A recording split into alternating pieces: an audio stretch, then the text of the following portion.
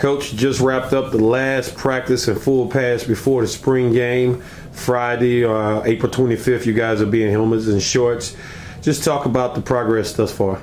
Well, we talked about as a team the fact that tonight, we started out the day, we had 3 more opportunities to get better, and we had some benchmarks that we wanted to meet, and a little disappointing we didn't reach one of those benchmarks tonight, and I was just slightly disappointed at some of the effort, and we got 2 more practices left, and we're going to try to get better.